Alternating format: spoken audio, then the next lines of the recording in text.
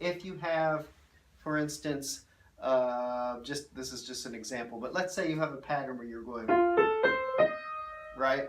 And for whatever reason you're having trouble getting your fourth finger here on this black note, so that's an E flat if you can't see, but it doesn't matter. And every time you go for it, let's say you miss it every time.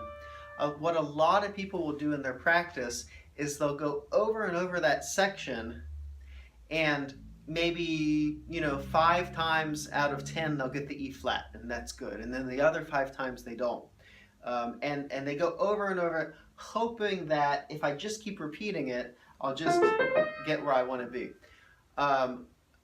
This is what I call a vague approach to technique, because what they haven't done is they haven't done things like this. They haven't stopped here on the C and thought, okay, maybe there's a problem because of where my fourth finger is placed right now.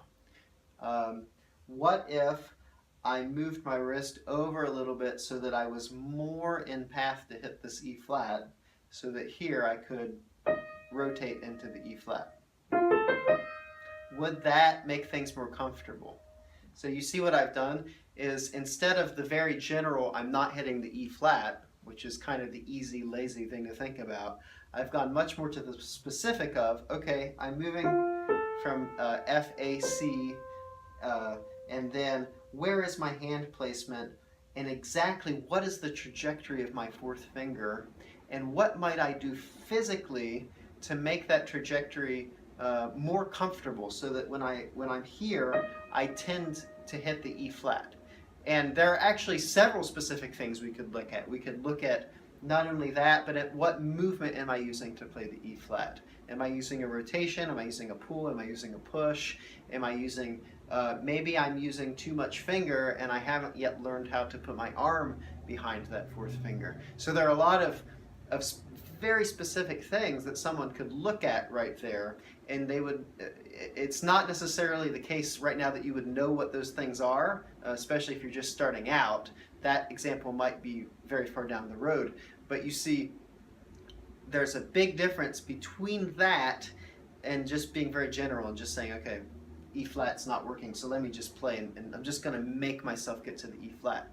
In fact, this is how a lot of bad habits develop, because the thinking kind of becomes, okay, I'm going to hit that note no matter what, and the way 99% of the time without guidance people get to that point, get to hit the note, is they tense up and they use all sort of extra energy and extra motions that are completely unnecessary in the movement pattern, because they never took the time to really think about the basics of or the very specifics of how they're getting to that note. Now, this ties in with another area you see a lot, which is moving too quickly, but I'm not going to talk about that in this video. So this is a little bit interconnected, but I hope that makes some sense. When you're dealing with technique, it's always good to frame things in very, very specific issues of what is the exact movement that I'm using, where exactly is my hand placement on this particular note in this instance, instead of just something vague like, oh, that's, that doesn't sound very good, or I'm not hitting that note.